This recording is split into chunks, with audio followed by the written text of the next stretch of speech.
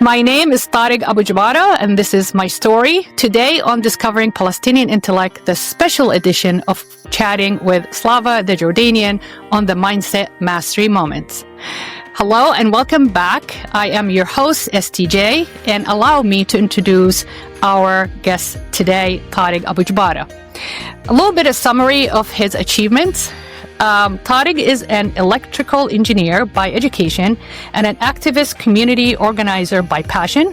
He has over 20 years of professional experience working for various tech companies specializing in robotics and automation.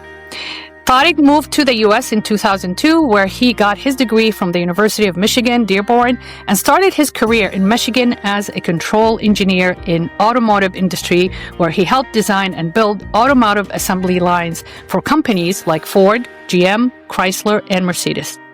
Tarek then moved to Boston in 2006 and worked for Motorola, Amazon, Google, Cruise, and most recently for Symbotic as a technical program manager. So aside from robotics, Tarek's passion lies in community organizing and activism. Tarek served in various local and national roles for the NAAP, which is the Network of Arab American Professionals, including national president.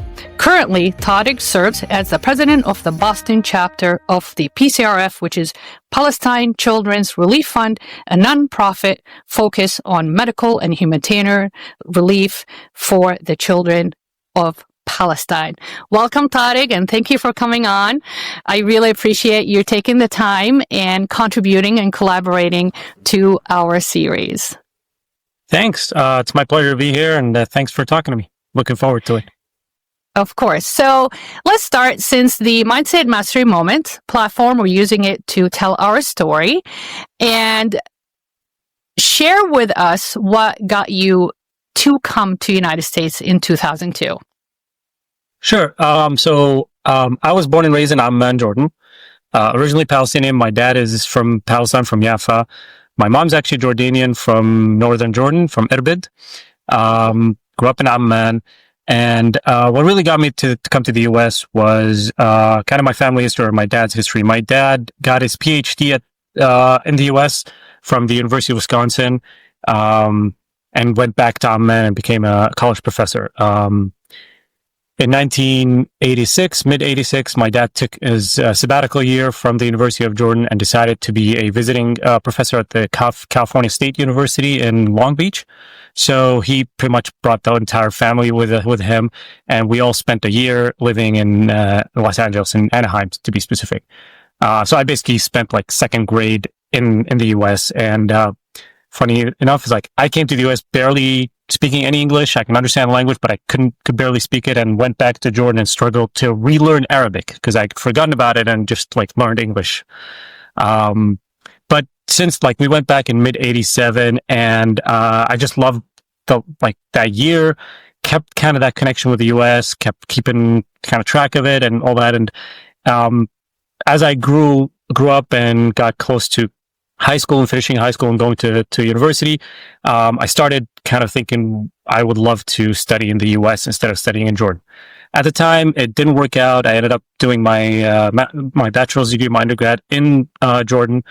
But I made a deal with my dad. He said, okay, get good enough grades, get an acceptance for a master's, and you will go, I'll make sure that you study in the U.S. So that was kind of our deal, which I kept my end of it and, got good enough grades, got accepted in a few universities in the U.S. and, came to the U.S. to study. For me, it was more than just like the education. There was the education as an engineer, very few places in the world will give you a better education than the U.S. But part of it is also building my life. Like it's a life experience that I wanted to have, to kind of live on my own, live in a different country, get a higher education. And then when that was coming to an end, I kind of had a decision to make: keep studying, go back to Jordan, or look for a job. And I decided, you know what, I like this. I'm gonna stick around and look for a job and try it out. And, 20 plus years later, I'm here. Boston has become home and, built a life with my wife and kids and everything. So this kind of become home for me. So that's kind of in a nutshell, a quick summary of my life is it's just was a fascination with the culture, fascination with building a life for myself outside of my comfort zone, and part of it is also following my dad's footsteps of studying in the U.S. Yeah, that's amazing journey. Real quick one, but it's not quick. Yeah. So just to clarify for our listeners and our viewers, so the first time you landed in the US, you were 2 years old? I was 6+ years old. So you were in second grade. Yes. So I studied second grade in the US. I was about 6.5, almost 7 years old. Yeah. And how many years did you spend in the US before going back to Jordan? We spent a year. So from about mid 86 to mid 87. Was it because your dad was working here? Yeah. Okay. So as a college professor, every 6 or 8 years, college professors in Jordan get to take a sabbatical year and go do research somewhere else. So my dad, when it was his time to do it, he decided that he wanted to do his research in the U.S. So he became a visiting professor at California State University, and the whole family tagged along. Yeah. What was his PhD in again? Accounting. So he got his PhD in accounting from University of Wisconsin. That was his own interesting route, which we can always talk about, of course. So he's a numbers guy, right? He's a numbers guy. He's a taxes guy. So it's numbers and taxes with him all the time. Do you think your passion for numbers came from there as an engineer? Because my brother is a double E too. Yeah. I don't know. I think so. My brother followed in my dad's footsteps and went into accounting. I think my passion came from science in general. Just a fascination of how science explains all these things in the world that we find fascinating, and all things that as a little kid I couldn't understand, and then science started peeling the onion for me and explaining them. So that's where it came. I think that's kind of where my journey as an engineer started, is like 4th grade science and math kind of. And I had a really good teacher that really kind of, I don't want to say pushed me, but she really did an amazing job explaining science concepts at the time that just got me into it big time. And that led to my journey. And funny enough, I'm still in touch with her. Her son is now my best friend, but that kind of like set me on the path. That's always fascinating. It's almost everybody that I spoke with and everybody that came on as guests, it's always a teacher somehow. Same thing with my husband. He has a PhD in physical chemistry, and what got him into chemistry, his high school teacher. He was an amazing teacher. It's really how you deliver the information to this child. And if that child identify with it and becomes a passion, you just ignite that passion inside us. So did your mom seek a higher education in Jordan? So my mom has a bachelor's in from business school. I think like business administration, and she worked in banking for a year or two before kind of having us kids and dedicating her time to the family. And funny enough, while my mom was studying and my dad was teaching at the University of Jordan in the business school, that's how they met. So my dad was a professor of accounting. My mom was studying at the university at the time, and they met and fell in love and got married as soon as she graduated. Yeah. The rest is history. That's awesome. So one of the things we have in common is our parent setup. My mom is from Jordan, from Asalt, and my dad, Nabulsi, originally from Nablus. So, I always share the story how the outlook on life really different coming from a native Jordanian and a Palestinian. But I'm wondering if that resonates with you too. My mom was very much the traditional tribal connection.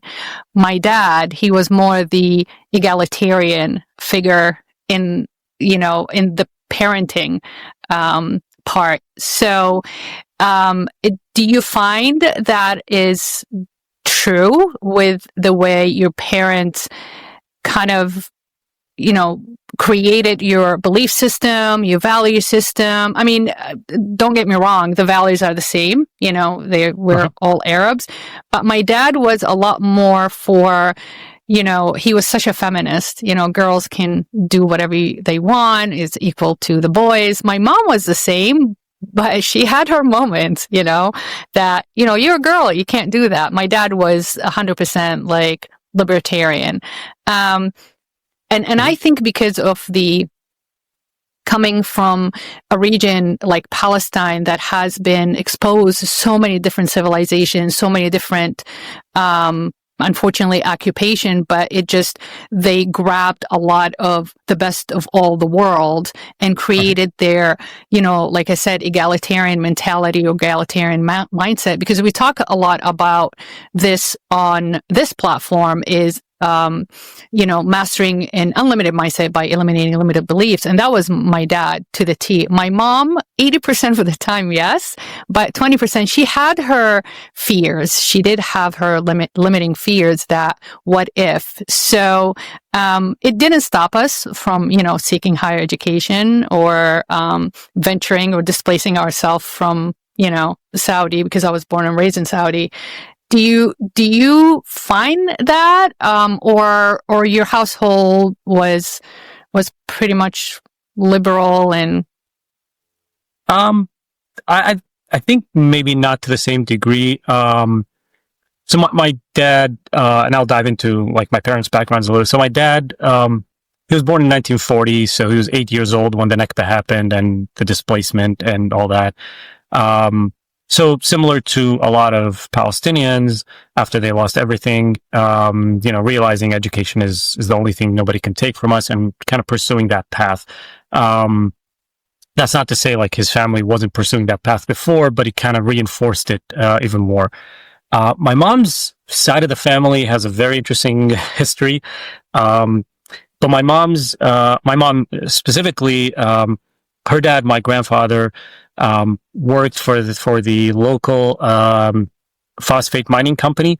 So they pretty much lived all across the country, all across Jordan, because whenever he was needed in a specific location, they would just relocate, and he would spend years and years there. And when she got to go to college, they were living in the southern part of Jordan, Al-Aqaba, which is like on the Red Sea, the Red Sea port. But she ended up going to school in the University of Jordan in Amman, going to the dorm and all that. So she was by herself, which in the late 60s, early 70s, obviously culturally different country, different apprehensions. But her dad, very open minded about education, all that. So he pushed for that, pursued that, and all that. So I think coming from those two sides of the family, we never had limitation. There was never like, you can't pursue one thing or another, or girls can't do anything, one thing or another. Quite the opposite. My dad, a lot of his experiences, including his experience when we were in Los Angeles, reinforced in him the value of us kids getting our education, and insisting that if we want it, the education doesn't stop at a bachelor's degree. If we want it, he will make it happen one way or the other. He will make sure that we get our graduate degree. And 3 out of us, 4 siblings, we have graduate degrees, because 3 of us wanted to pursue it. So he insisted on that. My mom was very supportive, apprehensive. Her kids are leaving the nest and going to these foreign countries, and living away from her. Till this day, I'm 45 years old. I have 2 kids, and till this day, she treats me like her little boy because she's a mother. So it wasn't a matter of no. It was a matter of just like typical mother instinct. Typical. I'm worried for my kids, and I want them to be close to me, but obviously understanding and supporting all of us. So, both my families, like both my mom's family and my dad's family, valued education a lot, valued women independence a lot. They were, you could say, on the liberal side of things a little bit. So that kind of just naturally paved the way for us to do what we wanted to do, to pursue our life in the way we saw best. The amazing thing about anybody that so far that I interviewed coming from that part of the world had exactly the same drive and the same support for higher education. And it's absolutely beautiful thing to hear because, when you migrate or immigrate, you're in your bubble. You're focused on trying to achieve your goal, trying to execute the plan that you sacrificed everybody you know and everybody you love and everybody you know in order to come to elevate your intellect by seeking a higher education for a better life. Part of it is the pride in us. We are so proud to make our family proud. And part of us is the constant yearning for knowledge. We want to know more and we want to do more. So I am so glad we're talking about this because I really wanted one of the goals of the series. I wanted the world to know and I want the world to learn what we are all about. Unfortunately, we are constantly living in the echo chamber of stereotype and, due to whatever politics or somebody's narrative, and we get stuck in that. So just like any nation, just like any race, just like any heritage, we do have the good and not so good. But I really want to share with our audience and our listeners that we are more than that, and that's why my tagline on my Instagram posts and stories about Palestinian intellect, that we are more than tent living refugees. We are Palestinian intellect. Yeah, circumstances happen, and those are really unfortunate that pushed us either displace ourselves by default or by design. But we did not stop there. That was not enough for us. We don't want the world to keep saying, poor you, it's unfortunate what happened to you. I want the world to see that we went above and beyond that and achieved, first, in so many circumstances or instances, more than the average, even American. I hate to say it, but it's the truth. So all I want to do is to lay out the facts, shed a light on our stories, and have our audience judge for themselves if, are we worth the acknowledgement, the recognition, because we work as hard, sometimes harder than some of the citizens, first-class citizens, I call them Americans, that they're very privileged or they have it easy. So there is a sacrifice, and that sacrifice is worthwhile, but we definitely make a lot out of it when we don't basically quit. Quitting is not an option. Failure is not an option. Not doing anything is not an option. And I think that creates, believe it or not, the irony creates the unlimited mindset that we have that drives us to continue doing better and continue doing good.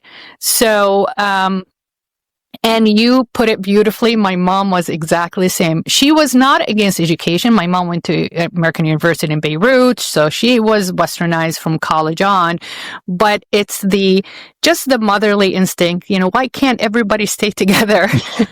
Why can't you guys just stay in one spot so I can visit you? Like, I can make the rounds on 1 to 5 in one day kind of thing. So it was more leaving the nest, stepping out of her comfort zone.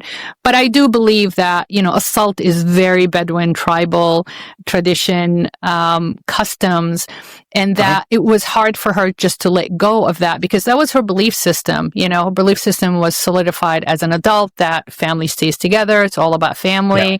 Yeah. And probably you heard it all your life, family, family, family. So, but it's not like she said no to higher education. By all means, she said, do more. It's not enough. Keep going until you can't even go anymore. So, thank you for that.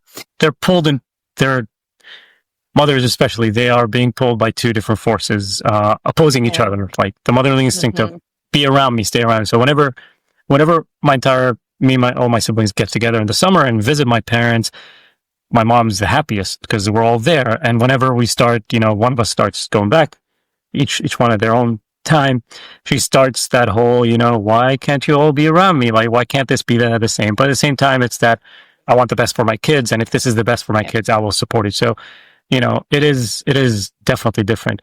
My mom is from Irbid, so it's probably a little bit different than Salt. Obviously, Irbid is like, my mom comes from a family called the Sharia, which is a very old family in Jordan. So there is that. They're not, I don't want to say Bedouin, they're more like, they were farmers, and then the majority of her uncles went into military and public service. So that, I think, is what colors their belief system, their kind of that's their prism on life, is they come from that old farmer mentality, but at the end of the day, they like, none of her uncles or any of her uncles pursued that. They eventually all pursued public life, or some of them even their own businesses. So it kind of colors that, I want to say, a little bit of that liberalism, and go pursue your own thing. You don't have to do what the family business is. Yeah. I agree with you. Salt is it's a unique beast. My best friend is from there. So, like my best friend that I mentioned, he's from there, and he's a wonderful man, but he's a unique individual, as you said. So, yeah. They're very special people. Let's put it that way. Wonderful very special people. Wonderful, yes, special they people. Are. So going back to your dad, unfortunately, he was born 1940, right? Mm-hmm. He got displaced from, was it Jaffa? Jaffa, yes. Jaffa. So how old was he when he came to Jordan? He was 8, you mentioned? Actually, he was 11. So, and it's not like he lost 3 years. No.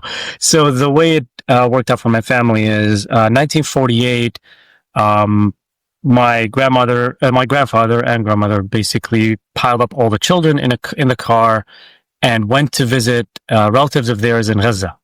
And this was pre-May 15th, the Nakba and the occupation. I think it was like 3 days before that. They went to visit my dad's uncle on his dad's side, so Ammi.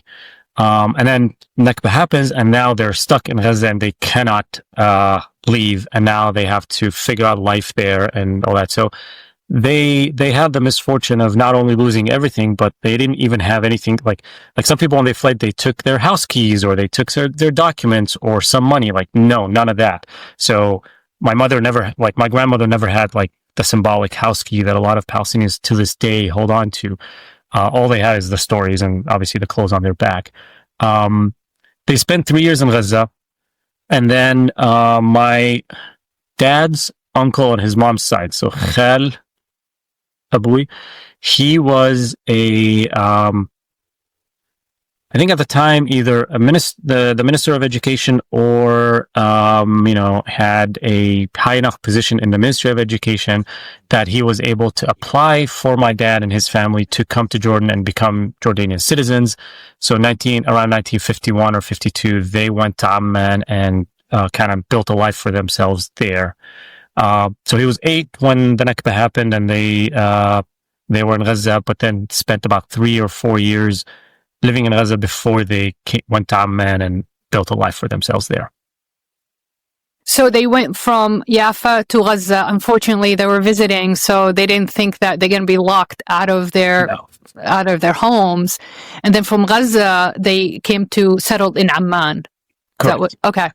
So it is displacement, by default. They did not choose it. So he's a child of diaspora, basically, and it's so sad. It's amazing how these stories are so parallel with, so far, everybody that I spoke with.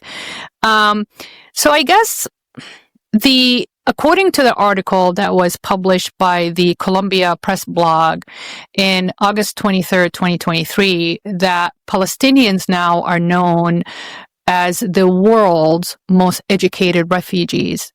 And the question I always ask all my guests is, do you think if the Nakba never happened, you think the Palestinians will have the same drive for higher education, or it would have not mattered regardless? Obviously, it's tough to definitively say. I believe that if the Nakba didn't happen, the level of education might not be the same, to be honest. That's not to say that the Nakba is the only reason why we as Palestinians are highly educated. There's a wonderful book by the historian Ilan Pape that talks about I think it's called The Modern History of Palestine, if I'm not mistaken. And in it, he talks about the last about 150 years of the history of Palestine. So going back to the late stages of the Ottoman Empire and all that. And in there, he says like the Palestinian society was highly educated relative to its counterparts in the region, relative to kind of European or quote unquote the Western world. We had, pre-1948, in the 1920s, we had airports, we had railroad tracks, we had a lot of schools all the way up to high school. So the drive for education was there, and the drive for modernization has been there in the Palestinians ever, like, from the get-go. I think the Nakba accelerated that and also made that more prevalent. So like I take my dad's story as an example. So my dad grew up born in Jaffa. Unfortunately, didn't grow up there, but his dad before him and his dad, like hundreds of years before that, many generations of our family are from Jaffa, and they are farmers. So my grandfather was an orange farmer at the end of the day, just like the majority of people in Jaffa, I guess. He had many pieces of land. You can call him a gentleman farmer, I guess, because he had so many pieces of land.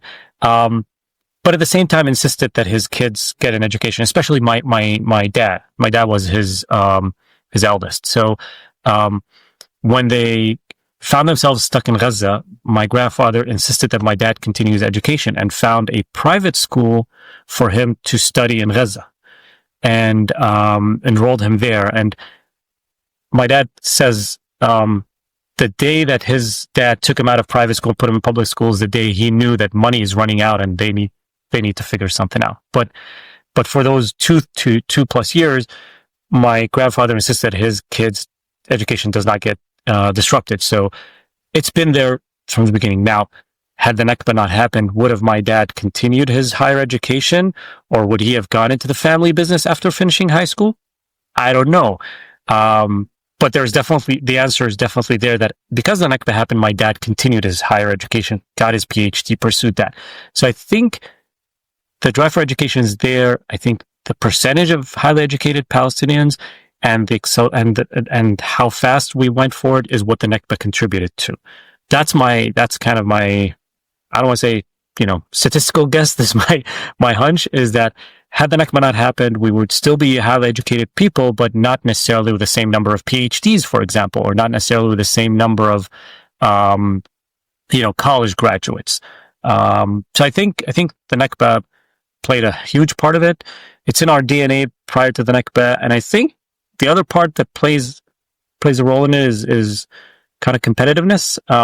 Just like a lot of Arab societies, we are a very competitive society amongst ourselves. Like, there's always hey, my brother got a PhD, he's not better than me, I'm going to go get a PhD. Or my cousin, or the parents, needling, their kids, like, oh, your cousin is a doctor, why don't you go to medical school? So I think that definitely is present in our culture and definitely plays a role in pushing us to be also highly educated. So, and there's always that cliche, like, they took away everything, but they can't take our minds, they can't take away our education. It's our key to a better life, to upward mobility, to succeed anywhere in the world, because a lot of Palestinians didn't know what their life is going to be or where they're going to end up. So education was their way, like, wherever I end up, I have an education, I'm an engineer, I'm a doctor, whatever, I can work and build a life for myself and my family. So that's kind of my take on it. Nakba was a huge factor, but not the only factor.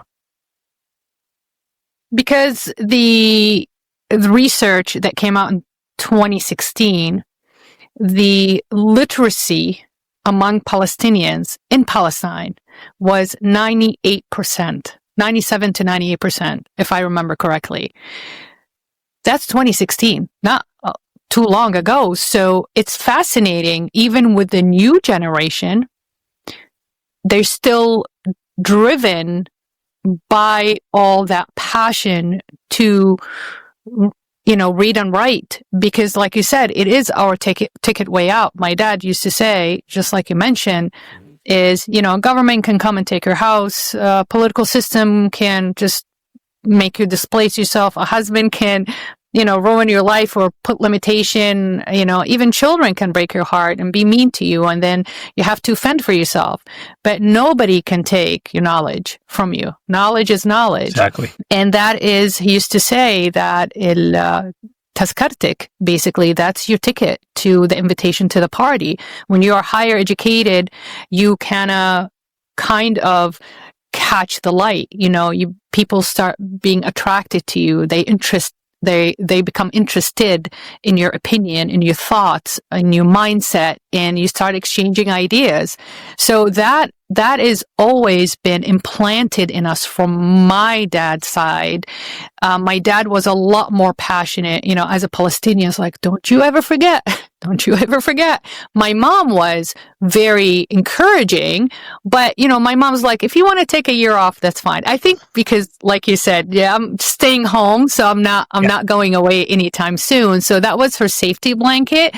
But at the end of the day, she never, ever will allow you to give up on your dream or pursuing education. And they did play the mind games between the siblings, look what your brother is doing, look what your sister is doing. And it was a healthy competition. And I think it just kept our drive going. Now, coming to the United States, and I ask all my guests that immigrated, what do you think was the most challenging adaptability for you coming from Jordan and into Michigan? I think the biggest challenge was just figuring things out on my own, like building a life for myself. I came when I was 22 years old, and I lived with my family for the first 22 years. I, never cooked. I did clean a lot in the house. I did help out with the house chores, but I never cooked. I never,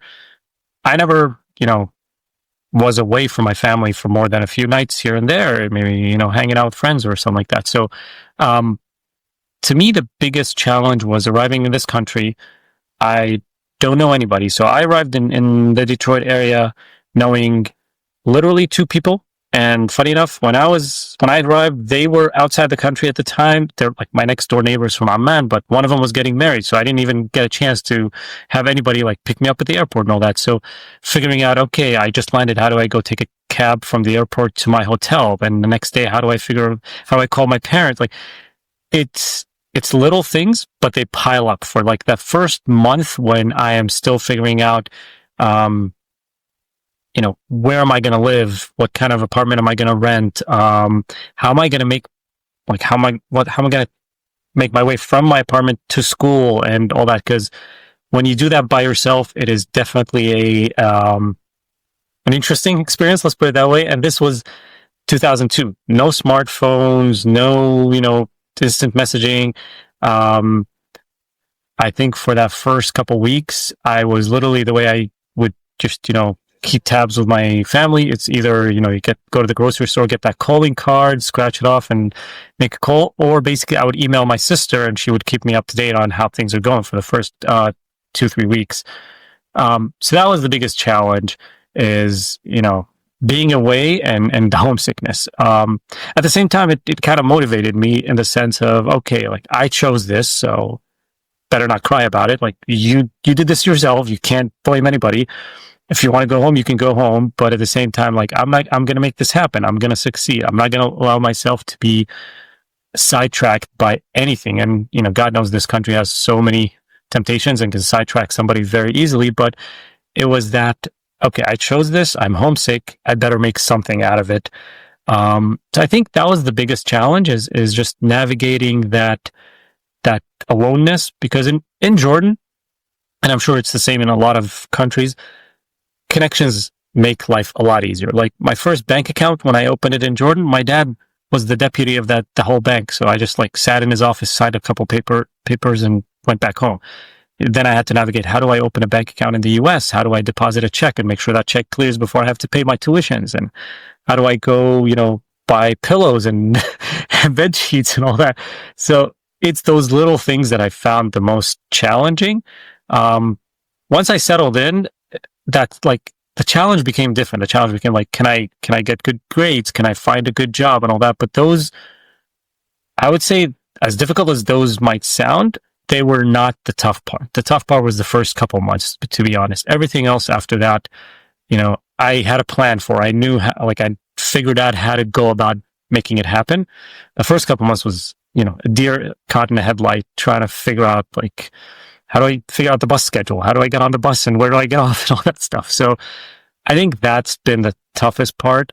The challenge varies, obviously, as life progresses. Like after a while, when I got married, the challenge becomes, how do you build a good life with a wife and kids here and raise them in a way that you want to raise them? And how do you ensure you get the right value, instill the right values in them while still being true to yourself, true to your culture, but also taking all the opportunities that this country presents. So the challenges vary as you progress through life, but that first challenge of arriving in a foreign country with knowing nobody is, that to me was the kicker, as they say. It was the tough one.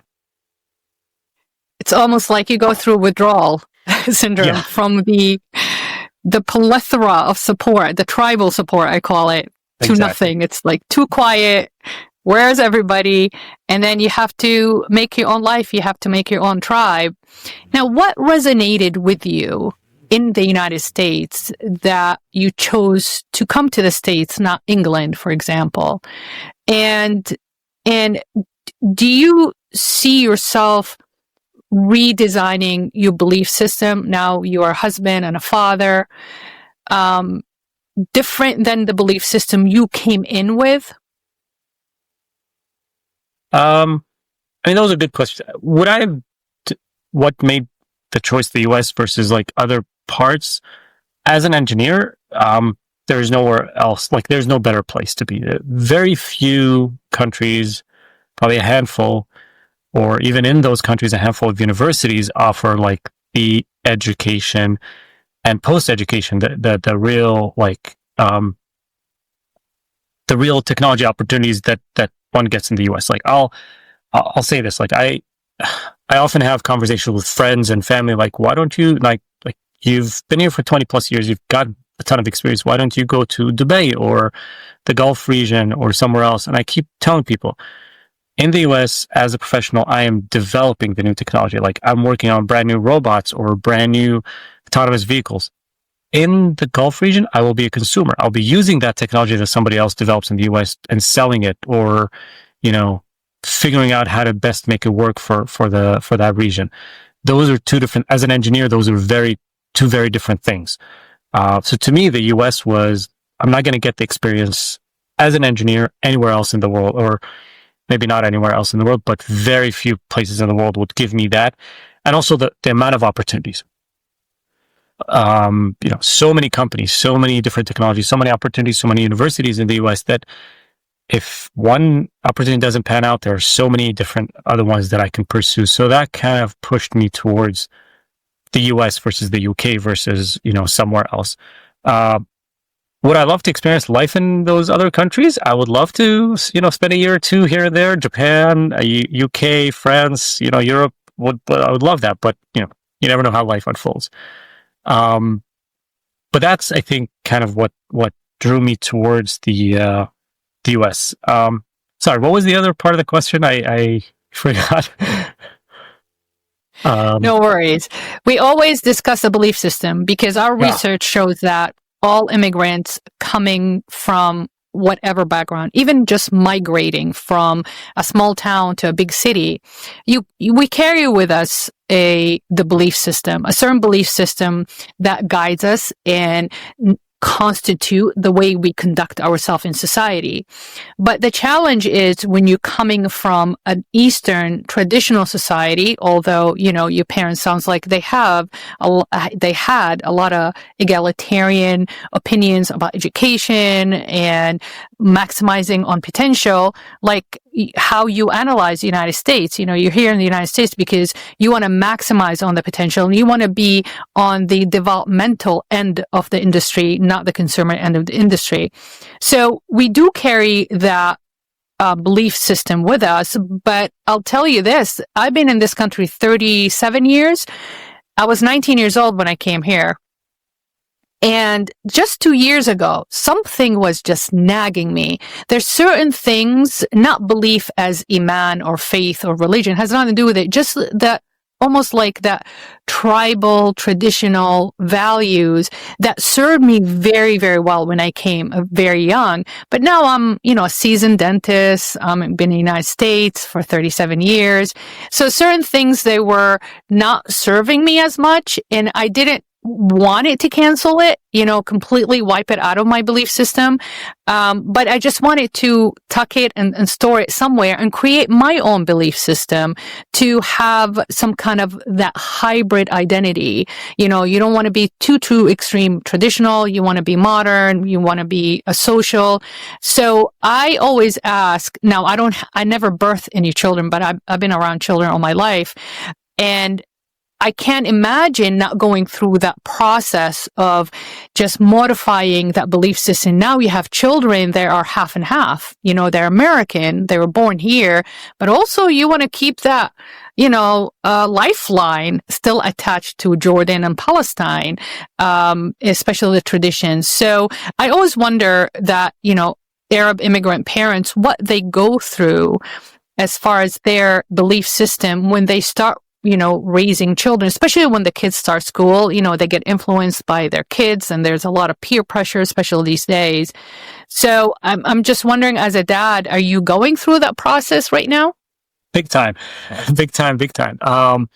Sorry. There's no. It's actually very good. So there's always that, the cliche of I want my kids to get the best of both worlds.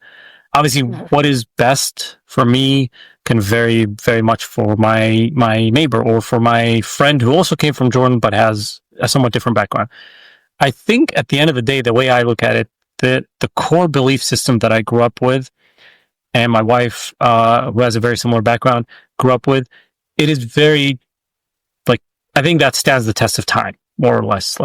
Family, community, working hard, doesn't matter what ethnicity you are, which country you live in, those are values that I think will stand the test of time. So the good part about it is, no matter where life takes us, those are the values that I want to instill in my kids and work my hardest to make sure that they get it.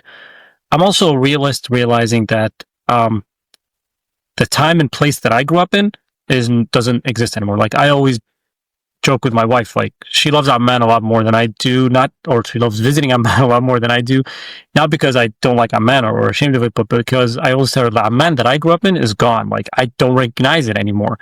It has evolved so much physically from just construction and buildings and all that, but also socially, economically, culturally, it has evolved a lot.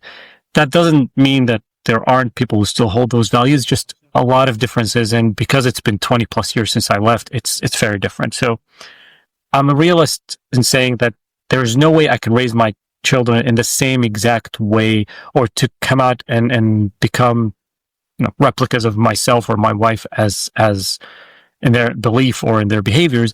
But there is a way, and I've seen it happen successfully, to raise kids in the US with combining that or instilling that core belief system, which like I said, stands the test of time. Is it easy? Absolutely not. It's actually the harder path. It's very easy and to just be lazy and say, you know what, they live in the US, they're just going to speak English. No, I insist that once my kid leaves, he's 2 years old, so it's obviously different now, but then in the future, but once I pick up my son from daycare, that's it. I only speak Arabic with him. I will not speak English. Even if he starts speaking English to me, I'll respond in Arabic so he can switch back and start talking to us in Arabic. And so is it easier for me to just keep talking in English to him? Oh, obviously. Is it easier for me to just not worry about the language? Obviously that is easier, but if I want to instill in him the same values or that core belief system, I will definitely have, we'll have to work hard at it, but it's worth it, and that's kind of why you have kids, to work hard and raise them well. So that's kind of how I look at like instilling that belief system in my child. Obviously, you know, having a village around us, and you know that metaphorical village of friends who share similar backgrounds and beliefs, of family that can always interact with my son, going back and visiting as often as we can, amen, and making sure my son spends time with my parents, his grandparents. That's all part of that, you know, continuation of instilling that belief system. Does one's belief system change as you evolve in the US? Again, I think the core doesn't change, but potentially how you view things might change. What you thought was potentially normal, or just like it is what it is in life in Jordan, you might find like this is not necessarily good or healthy for me, or this is not necessarily what I want. A simple example is like, you know, family is great, and having family around is wonderful, but there's also that, you know, for some people, you know, having so many family members know everything about you might not be a positive thing. So in the US, it becomes easier to say, you know what, that's not part of the best of my old world that I want my kids to get. So choosing what best of both worlds is also not easy and difficult. And that's something that as a parent, you have to pause and think like, do I really want them to get exposed to this part of my culture that I was exposed to that I don't necessarily like, or should I shield them and focus on doing things differently? Not to criticize, you know, parents or uncles or aunts or the again, the metaphorical village that we grew up with in our countries, but there are things that I would say every Arab parent would probably say, this is my experience, I want my kid to have a different experience. And then there are other things where like, this is the wonderful experience that I have that I want my kids to have. I think that evolves as you live in the US and as you know, raise your children here.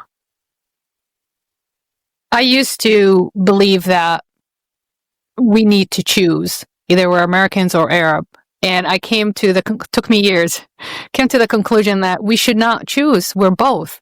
And that's a beautiful thing. That is an advantage that we have over a lot of people, being bilingual, having multicultural competency, multicultural adaptability. It's something beautiful that when your children go back to Amman, Jordan, they are going to be able to relate. They are going to be able to, you know, calm and comfort your parents as grandparents because they know the culture, you know, and the belief system, the way I explain it, is like Mother Earth, you know, Earth, the core of Earth, the electromagnetic field inside of Earth hasn't changed for millions of billions of years.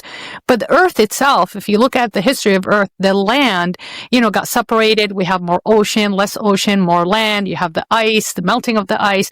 So the geography of the Earth have changed from the outside, but because it needed to change as a response to a different environmental conditions, that it had to adapt to that environment or that weather in order to survive. And that's how I picture it, that your core is never going to change until the last day on this earth for me. But I just dress it a little bit differently. It looks different from the outside, but the inside is still the same. And that is, again, I think, and I hope your generation, I'm sure, that is teaching their children to be that hybrid. You know, my generation and older, it's either one or the other. Yeah, I'm Amriki, I'm Arab. You know, we had to choose. And that put a lot of pressure on us, to be honest with you. Now, I learned, why can't we be both? I am this and that.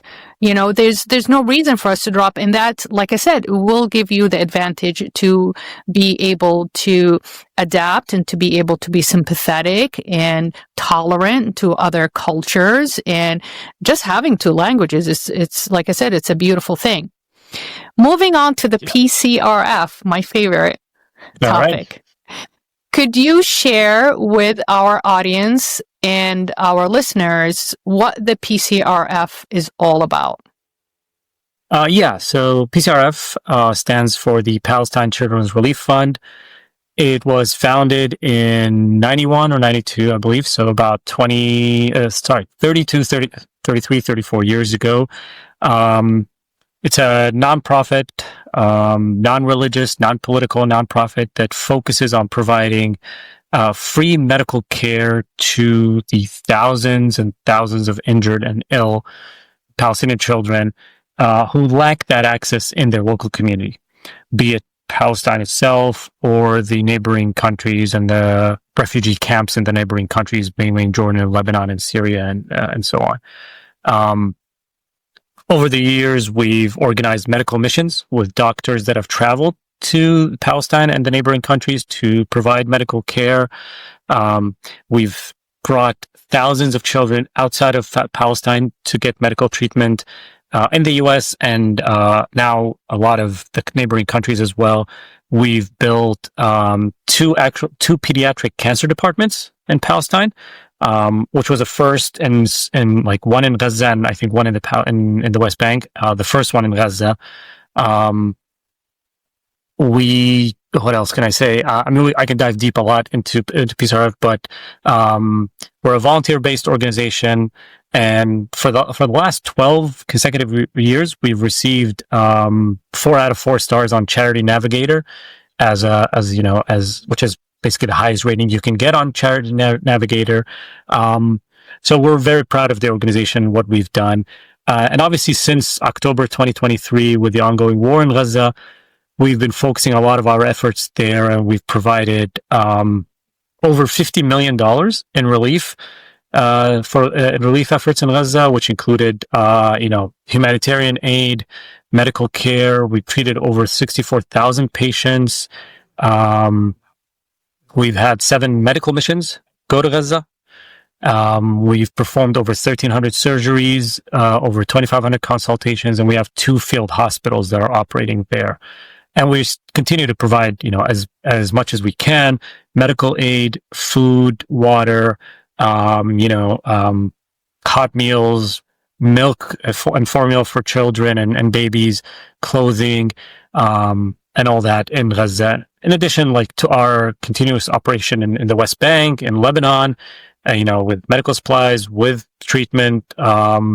Right now, I think we're expanding the pediatric cancer center in the West Bank to be able to treat more children. So that's in a very quick nutshell what the PCRF does.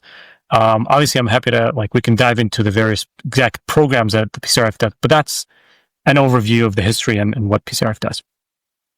Now, when did you got involved? How long you been president? President, about a year. Involved as a board member for the PCRF Boston chapter. 7, 8 years now. And then volunteering probably 2-3 years before that. So I would say about 10 years I've been involved with the PCRF in one way, shape, or form. And do they have chapters? Is it only the United States or international? International, we do have chapters. I think there's 1 or 2 in Europe. I think I know about the one in Italy. I believe there's another one in Europe, and I think we recently have one in Dubai that we started. So there are international chapters. Obviously, the U.S. is the biggest presence in terms of chapters. We just have a child that left Palestine to go to Australia for treatment, which is a new frontier for us, I guess. We've never sent children to Australia. So we have a lot of connections, a lot of support system across the world, and we try to tap into that, whether it's an official chapter or, a support system that we have and friends that will help us out.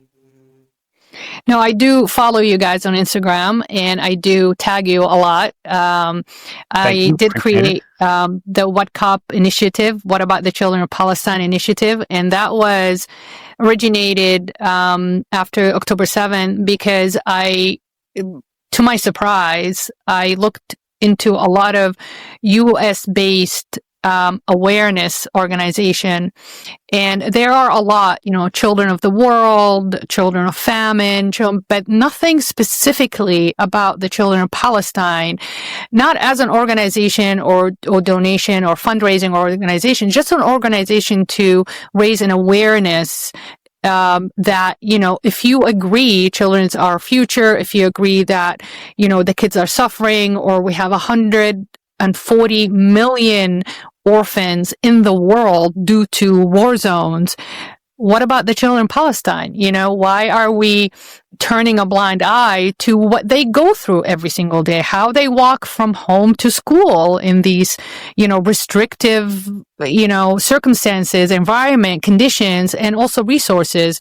So I've been very impressed with your efforts, and like I said, I follow the updates and the news, and I get so excited when I see a hospital getting built or a supply support that reach there, and you can see the kids are so happy to get that support. So I would love, as a the Middle East and North Africa ambassador of the MM360, probably Dr. Alyssa White is listening, movement, to be a patron for the PCRF. I would love to do that, and I want to talk to you about in detail. I know I mentioned it to you before, but I just have to figure out the logistics. And what we would like to do is to spread an awareness and advocate for the PCRF within our movement, because most of our movement is in Africa, very, very strong presence in Africa. South Africa has an amazing resources, amazing hospitals, and amazing professionals, doctors that can really help a lot. And of course, our, brothers and sisters in North Africa, that, we can actually spread that awareness for the PCRF in a different market. But also, at the same time, to bring that awareness. I mean, I'm sure a lot of people don't know you guys exist. So how could anybody, of course, there's a website, but what's the best way if any of our listeners or, audience, our viewers wants to reach out to you guys, whether volunteer or donate? Two ways. Best way is go to our website. It's www.pcrf.net. And obviously you can donate there. You can sign up to be a volunteer. You can learn about our programs, whether it's the treatment abroad program where we bring kids to the U.S. to get treated, medical missions, orphan sponsorship programs, our cancer departments, our amputee programs. Like, you can learn a lot there. The other part is to reach out to us via email. Our email for the Boston chapter is very simple. It's boston@pcrf.net. Email us. We'll get the email and promptly respond. And if it's something that we have to connect with the greater national office, we'll do that and loop people in and figure out the best way to answer questions and provide the support and do the collaboration that is needed. But yeah, website or email would be the best way. And if there are families on the ground in Palestine in dire need for help, can they reach those PCRF centers easily? How does it happen? I always wonder, how does it happen on the ground? So on the ground, we have staff that works for the PCRF that is born and raised like in Palestine, whether it's the West Bank or whether it's Gaza. So our Gaza staff are they're not people who are from the U.S. who all of a sudden find themselves in Gaza and don't know the lay of the land. No, these are people from Gaza, born and raised. They are from the community.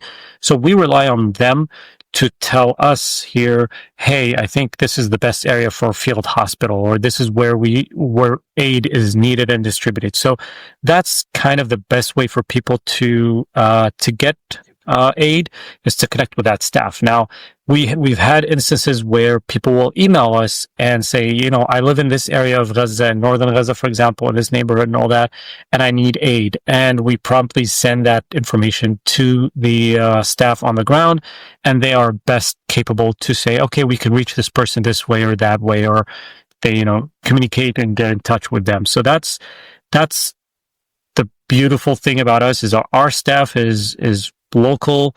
They are from the community. They know the community. They're able to understand all the nuances, all the sensitivities, all the needs, and best provide that information to us. In addition, we have obviously the staff that is, in the West Bank.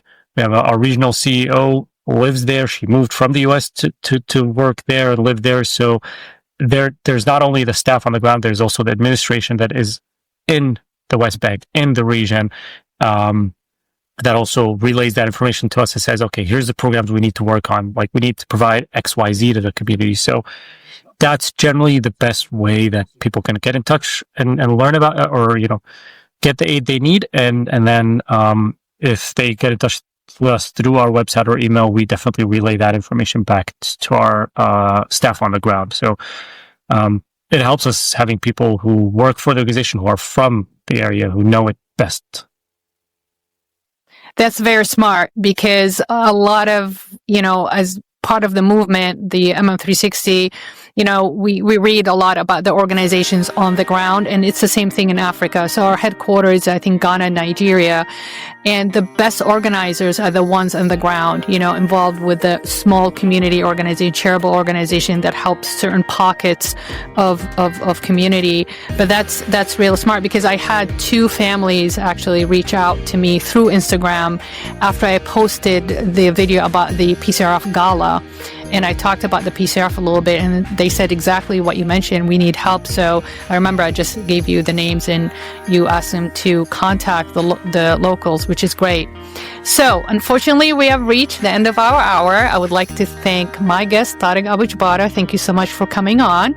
And as a reminder, these episodes are uploaded every single Wednesday on the Apple and Spotify podcast platforms, and also you can watch them on our YouTube channel on the Greenwood Dental Partners anytime you want and anywhere you are. And please, if you are interested in helping, Tarek has mentioned, you can always email them, and they do absolutely beautiful, beautiful work, and I'm so proud of it. And hopefully one day we will work together. So thank you for our listeners. And if you like this content, please like, share, and hit the notification button so you don't miss any episodes. Thank you so much, and I hope to see you next time. This is Slava the Jordanian.